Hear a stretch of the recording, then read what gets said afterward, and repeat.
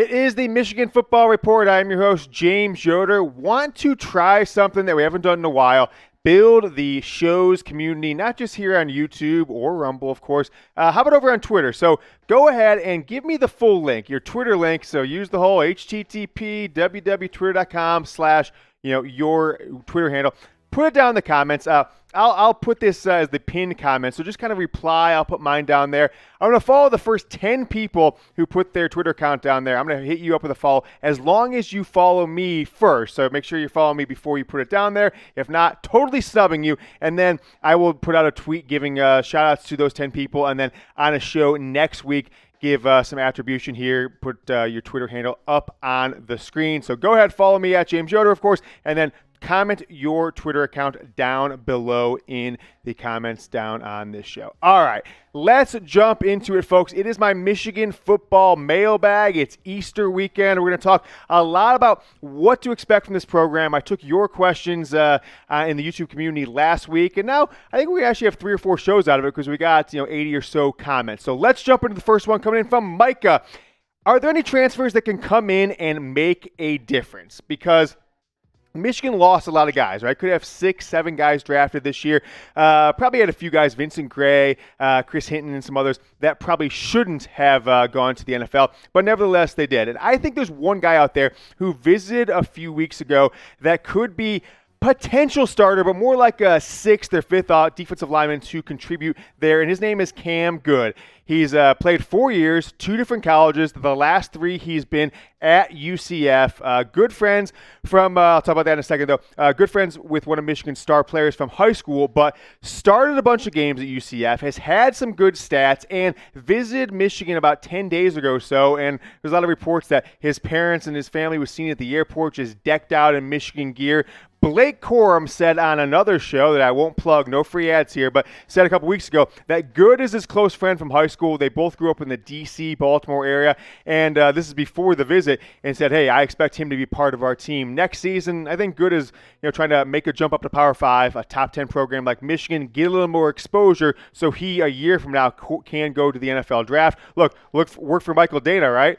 He came in, got drafted, still an active NFL player. Even though he didn't start, he got a lot more exposure and potentially just a little bit more high-level, NFL-level coaching and training at Michigan versus UCF or, Central Michigan, Western Michigan, et cetera, et cetera. All right, if you didn't see earlier in the week, we had a kind of a big announcement here. We are on Rumble. The Michigan Football Report is on Rumble. I'm putting the uncensored stuff, right? Big tech is trying to stop me down, not let me use profanities and say the things I want. So Rumble lets me say whatever I want, even take, I can put anything I want in there. So free and uncensored content. Just in general on Rumble, you get our stuff. There's 12 channels here at Chat Sports, but there's also politics, tech, business. So go check it out. Give them it's a YouTube alternative. We're trying to be on as many platforms as you guys are on, so give us a follow. It is rumble.com/Michigan TV. I'm going to put that comment down in the description of the video, that link down in the description and the comments of the video. So while you might get hit with this YouTube ad break here, scroll down, click on the Rumble link, go to it right there on your screen, and give us a follow. All right, next question coming in from my man, J Money Sniper. He says, your thoughts and predictions about watching Michigan's defense after the spring game. And look, the defense had a terrific, remarkable all-time 2021, but there are a lot of questions coming into this next season. I think Michigan has quite a few high-level players and certainly have to replace a lot of good guys, but the player I'm keeping my eye on going into the season, coming out of spring ball, is this guy right here, Junior Colson. Started 7 games as a true freshman last year.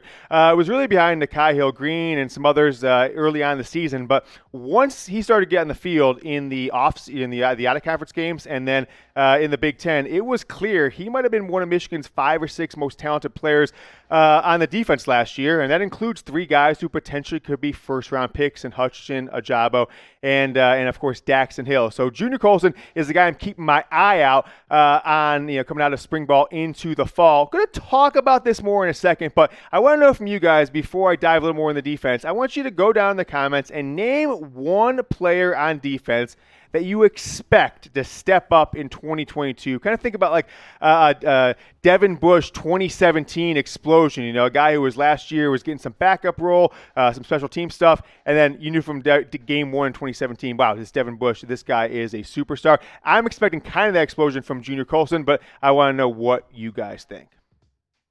Dive a little more here in the defense. It's the defensive line and secondary, right? They're under the microscope because they had the expected losses. Aidan Hutchinson, Ajabo, Daxton Hill, Brad Hawkins, of course. But then there were the unexpected losses as well. Chris Hinton, 7th-round pick, maybe undrafted. That was a surprise that he left Michigan after 3 years to opt to the NFL draft. And then Vincent Gray. Could he get drafted? I don't know, but I think he could have used another year, like guys like David Long and some others. Jordan Lewis came back for his senior year, and those guys, went on to be 2nd, 3rd-round picks. And I think Vincent Gray might find himself on the wrong side of the draft board come 2 weeks from today, actually, right, Marsh? 2 weeks from today is the NFL draft, so keep an eye out for that. All right. Later in the show, I'm going to ask you to help the Michigan Football Report reach a huge milestone that we're approaching. So if nothing else, let this show play. If you're sick of me already, but just let it play or scroll ahead, try and find the announcement milestone. We're trying to get to a big milestone here in the show, so make sure you stick around. Question coming in from Kyle Corson. James, last year was successful in many ways due to the leadership on the team. Who do you anticipate to step up and take more of a leadership role with the big shoes to fill?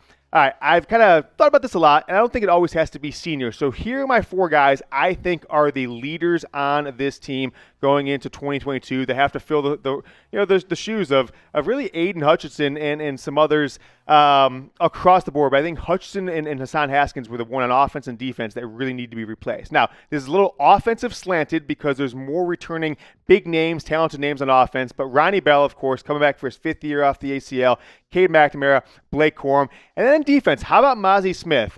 Really outperformed expectations last year. Came in with a lot of hype 3 years ago. Really struggled his first couple years. Didn't really get in the starting lineup. 2020 was kind of a disaster for him. And then he got in the starting lineup in 2021. And I think he has a potential of being a breakout player, in this year, his 4th year with the team, but also a big-time leader, given that he's the only returning starter on that defensive line. KJ coming in with a question. Are you concerned about depth on the defensive line like I am? Yeah, I actually am, right? Mostly on the interior, right? I think Michigan in this new defensive scheme, Mike McDonald, now the new defensive coordinator, they are running more of like a 2-4-5, right? 2 down linemen. Your interior guys last year was Hinton and Mazi Smith. This year, I'm going to talk about my defensive depth chart here in a couple of days, so make sure you subscribe to the channel for that one.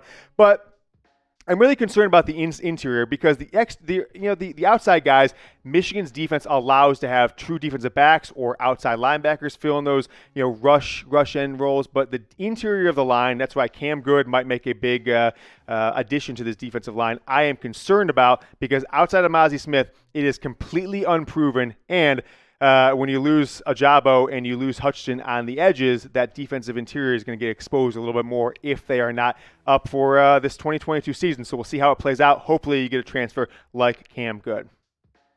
All right, I want to know if you're an old hair, if you're a strapping young man like myself, or if you're just a little kid watching your first football Michigan season. Go down in the comments. Let me know what season you became a Michigan football fan.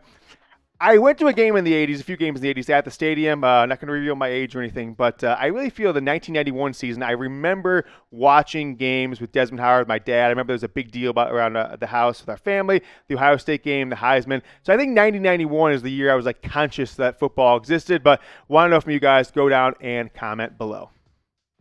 Lou Will, it's this little. You think it's the really guy? This guy's name, Marsh? Lou Will.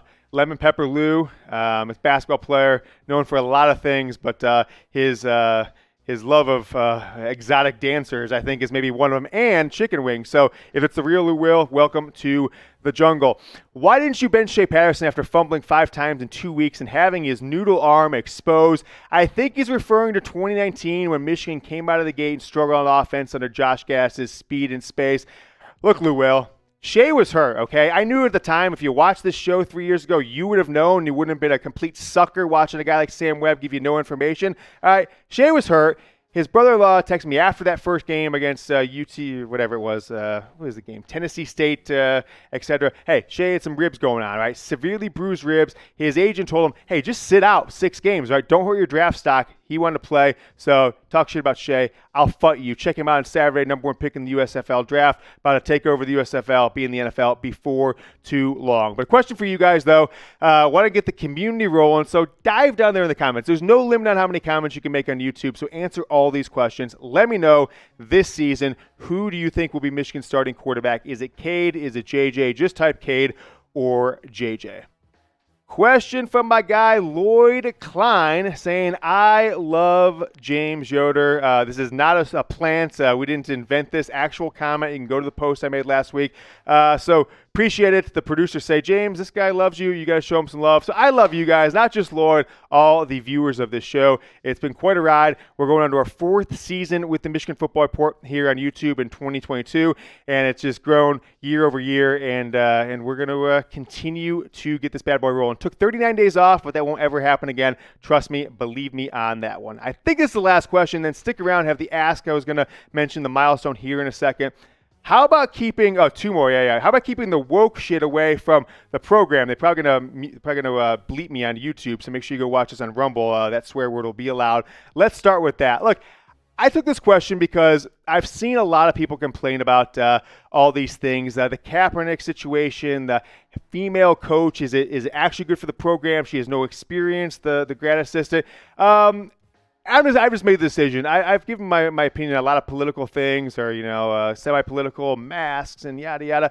I'm just gonna stick away from this one. But people have said, James, you're so good looking, you're so smart, you're such a great orator, you can speak so well. You should run for president of America one day. And so if I do that, I just want to know what side of the political spectrum you guys are going to support, know which party to go with. So I'm gonna get political here, folks. Go down in the comments. Give me an R or a D. What party are you voting for in 2022? I'm going to base my future political affiliations on the vote of the viewers of this show. And don't be afraid to reply. If someone puts R or D, the opposite of you, don't reply. Don't hold back. Reply and tell them how much of an idiot they are and how terrible of a person they are for supporting the other party, because that is how we do it here in the United States of America. Comment R or D.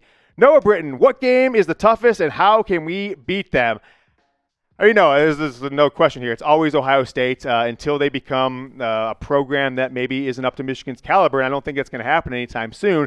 There might have been a year or two in there that Ohio State didn't need to necessarily think Michigan was their toughest game when they had potentially a bigger out-of-conference game, or Penn State was a top 10 team. But it's going to be Ohio State until they are no longer the best team in the Big Ten, which they've been for basically ever outside of a few years, and one of the top 3 or 4 programs in all of college football. Milestone time, question or a request for you guys. If you've subscribed to the channel in the past, I appreciate it. As I said before, love you guys. It's been amazing to see how many of you watch the show, comment the show, etc. We're coming up on 20,000 subscribers. Big milestone for us here on the channel. 346 away. YouTube.com/Michigan TV. If you haven't subscribed, now's the time. If you have, and you've got a friend, anyone in your life that owns a cell phone or television or a computer, they can enjoy our show as well. So just grab the link from the show, hit share, and send a text to them and say, hey, give Yoder a follow. You will not regret it. So go ahead. We need 346 more. I'd love to get it here in the next couple weeks. So share the show to your friends. We'll be back with our Michigan football defensive depth chart in about a day and a half. So make sure you subscribe. Till then, go blue.